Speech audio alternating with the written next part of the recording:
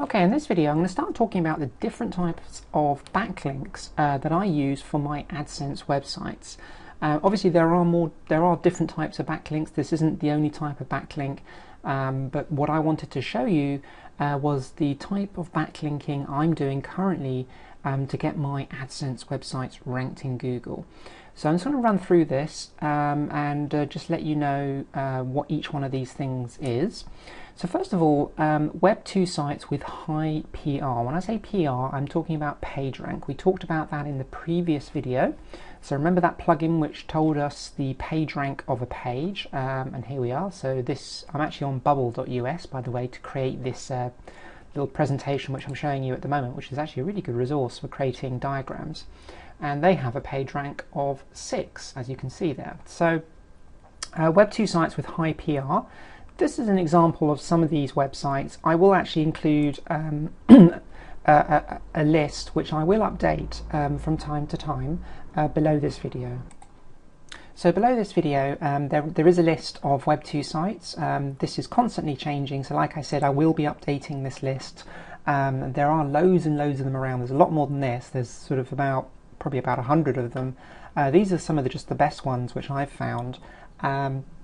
Now the interesting thing about these sites is the homepage of all of these sites is quite high, so the page rank is quite high. So we're typically looking anywhere between 4 and 8, the page rank of these sites. And we can get backlinks from these sites because these are Web 2 sites, which means they allow you to set up like a blog. So you can go to these sites, set up an account on these sites, and you can create your own blog, and on that blog you can put unique content, articles, and within those articles you can create backlinks. So you can highlight the text, select link, and then link to your web pages that you're trying to get ranked in Google. Very, very easy to do. When setting up accounts on Web 2 sites, I'd recommend using a fake email address because otherwise you'll end up getting a huge... So if you sign up to all these services with your normal email, you'll start getting tons and tons of spam from these sites. Well, not spam, just like, updates on the site and lots of quite irrelevant stuff. So with all of this stuff, what I would recommend you do is open a new email account with Yahoo or someone like that, purely just for your backlinking, and use that to open accounts on all these different properties. And then once you've opened accounts with them all, because you need to put your email in and set up an account, and then they send you a confirmation email, and you have to click on that link in the confirmation email to open an account with these services. You've probably done something similar in the past. And then once you've opened an account, like I said, you can set up a blog, and on that blog you can have multiple pages. Now the way I normally do things with Web 2 sites like Tumblr, etc., is I will write an article, something like a 500-word article, and within that article I will have 1 or 2 backlinks linking back to various pages on my website.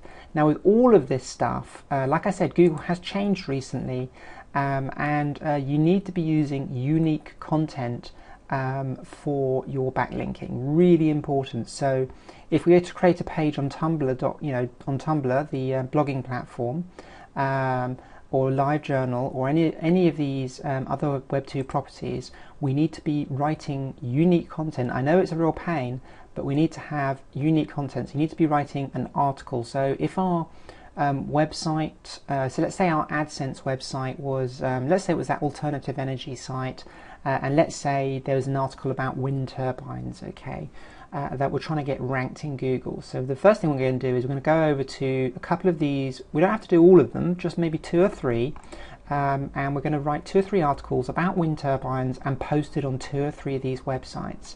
And then within the text, somewhere within the 500-word article, there will be obviously the keyword wind turbine, and we can highlight that word and link it to our website. And that is how we create a backlink from these Web 2 properties. So that's a Web 2 property. Very, very easy to get backlinks. The next thing is high PR blog comments. Okay, so when I say high PR, remember I mean high page rank. So what this is we're looking for blogs on the internet that allow you to comment, okay, and blogs where if you paste a link within the comment, it's going to be a do follow link, not a non-follow link, okay? So have a look at the previous video if you don't know what a do follow or no follow link is, but we're looking for blogs that allow you to comment and you can actually maybe leave a backlink within the comment. I'm going to do a separate video for this, but it's quite powerful, because if you can find say a blog on the internet that has very high page rank, and if you leave a comment on that blog, you can get a backlink to your website. So this is really cool, because you don't need to write a 500-word article. You only need to write 50 or 60 words, and you can leave a backlink to your site. Obviously, you want to make sure that the comments you're leaving are relevant, and you're adding good information to the site. So you want to make sure that you're not spamming. But it is a good way to get backlinks back to your website. Okay, so like I said, I'll do a separate video on that. The next thing you can do is you can get backlinks from educational sites, ed.edu sites. Now these are really good sites, because Google deems .edu sites to be kind of like authority sites. They're education sites, so it likes them. It places a lot of weight on educational websites, and you can get backlinks from these sites. I'm going to make a separate video about this. It's really easy to do. You do need to write content, a bit like the Web 2 sites. You will need to be writing, say, 500-word articles to place on these sites. But a lot of these sites do allow you to paste articles on their sites, and again, to have a backlink back to your website. And a lot of these sites have very high page rank as well, and they have a lot of authority with Google. So that's an edu link. As I said, I'm going to be making a video about edu links. The next thing is high PR blog posts. So this is what's called guest blogging. So what this is we find, let's say, a blog in your niche. So let's say we're in the alternative energy niche, and we find a blog in that niche that has a very high page rank. So it's got a 5 or 6 page rank, or maybe a 4 or 5 PR page rank, and they are looking for guest bloggers. So they're looking for people to, quite often this is quite a common thing with WordPress blogs, people who run large blogs are looking for people to write content for them for free. But in return, that person will get a link back to their website. So it's what's called a guest blog post. And I'm going to be doing a separate video on this. Again, you do need to write good content for these guest blog posts, because if somebody is allowing somebody to write for their website, they're going to obviously moderate the content first, make sure it's good content before they paste it on their site. But like I said, you do get like a resource box somewhere where you can talk about your website at the very end of the article and link back to your website, okay? But like I said, like the Web 2 sites, you do need good quality content. It has to be unique. And the great thing about this is there's loads and loads of websites out there that accept guest blogging. Okay, so like I said, I'll be making a separate video about that. And the final thing I like to do is something called bookmarking. You may have heard of this before. There are websites like dig.com, delicious.com, etc. And these are what are called bookmarking websites. So if we go to dig.com, for instance, first thing we notice about it is, if we look here, it's a page rank 8 on the homepage. So this is a massive authority site. Google seems to think that this is a really important website. Now, what Dig is and social bookmarking websites are, if you're not familiar with them, they're kind of like search engines, but all the results in the listings have actually been placed in the listings by humans. It's not done by a robot. People have bookmarked a site they think is interesting, and when they bookmark it, it goes into the directory. So there's lots of people who are part of these different communities. So there's hundreds of thousands of people who are part of dig.com, and they have a little kind of icon which appears in their toolbar, okay, of their browser.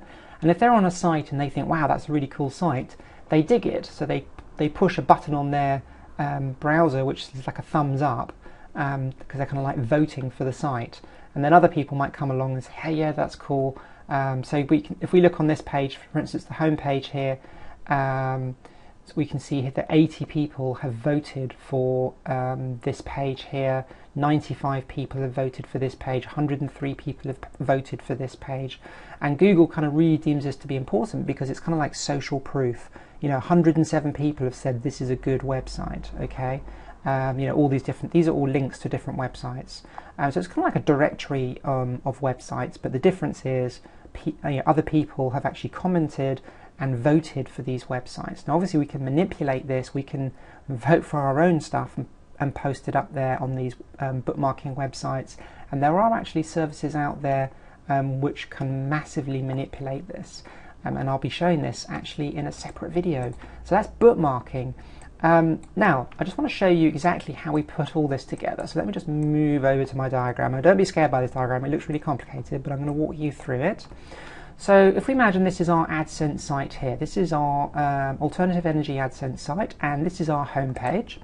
And then we've got various pages. We've got page 1 here, page 2. Obviously we might have 30 or 40 pages of content, but I just wanted to run through kind of a typical setup that we might have on a website. Now you don't have to do all of this, but this is kind of like an ideal scenario. So we've got a web page here talking about wind turbines, and then we might have 3 or 4 separate Web 2 properties with 500 word articles, a different article on each site with a backlink pointing back to our web page. Okay, so that's clear. Then we might have a high PR blog comment pointing back to our page, a couple of EDU links pointing back to this page, maybe 1 or 2 high PR blog posts. Okay, so remember this is the guest posts pointing back to our website. And then you'll notice also we're actually in some cases backlinking our backlinks. Now the way PageRank works is if a page has high page rank, some of that will filter down to your next, like the next level. So if this actually had a page rank of 2, some of that would filter down to our web page here, which we're backlinking.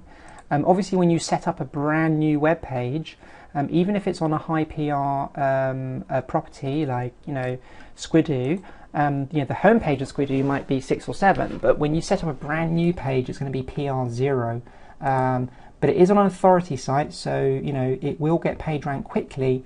But the thing what we can do is we can actually bookmark our article on one of these Web 2 properties. Okay, you could even do an EDU link to some of the web properties. We could do blog comments to some of these Web 2 properties as well. So what we're trying to do is we're trying to actually bring the page rank of these sites up, so some of it will trickle down to our main web page. I hope that makes it clear.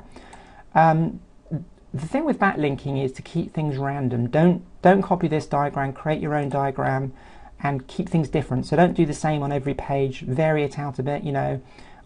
Some of these pages might have 2 EDU links, this page here might have 1, this another page here might have none.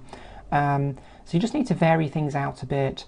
You could bookmark all of this stuff if you wanted to.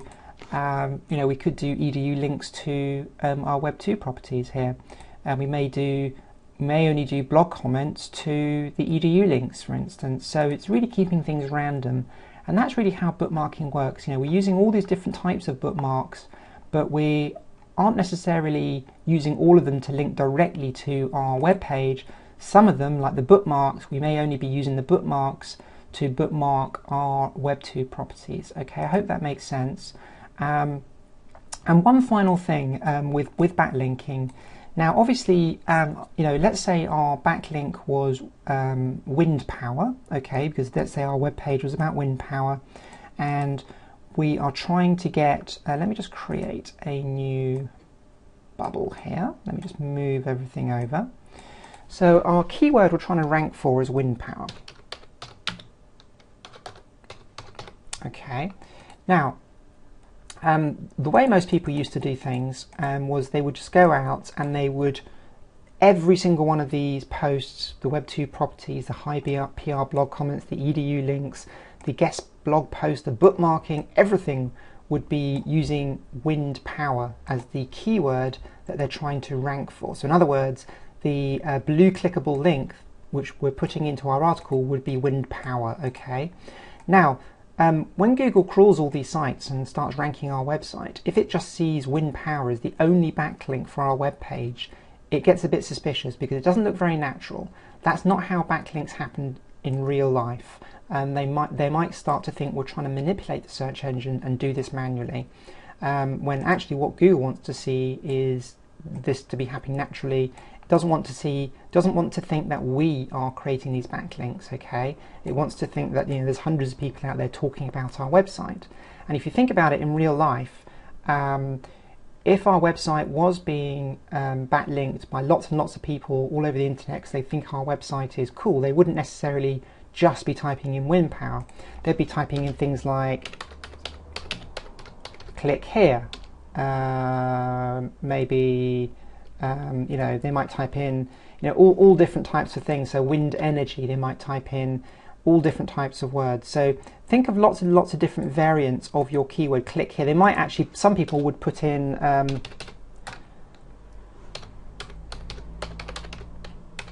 you know, the sitename.com, they would put it in like that.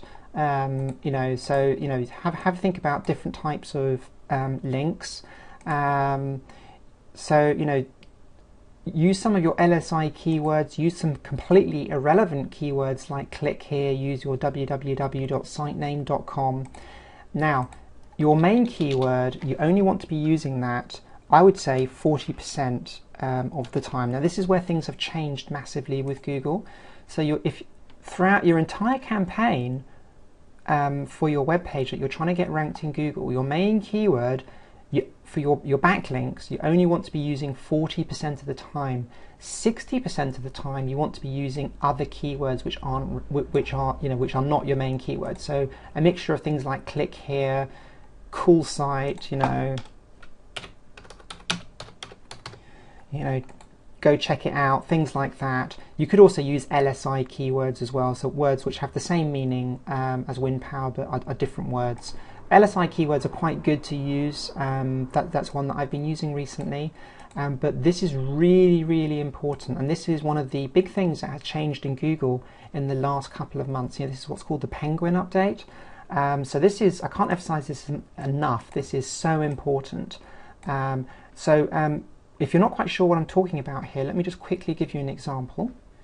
So remember yesterday we were talking about that dog training Squidoo lens we found. So if we go to this website, let's say we had one article here, and let's say his keyword was dog training. Okay, so we've got an article here, and the keyword is not dog training, it's house training for your dog. Okay, so for instance, on squidoo.com we might have house training for your dog within the article. If we just go back here, on tumblr.com we might use dog training. You know, so if we look at another one, LiveJournal, on LiveJournal we might use click here.